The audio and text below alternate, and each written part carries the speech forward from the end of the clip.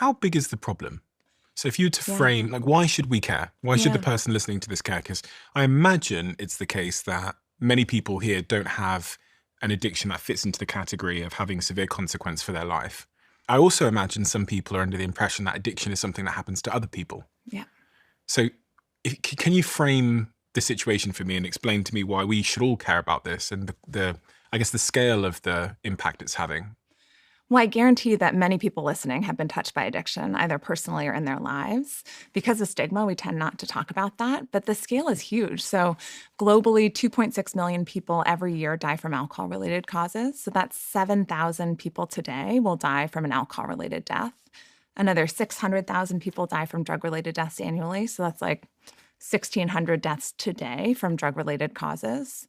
And then when we look at the criteria of sort of meeting criteria for a substance use disorder or addiction, it's about 400 million people worldwide for alcohol and 80 million people for drug use. So it's incredibly common.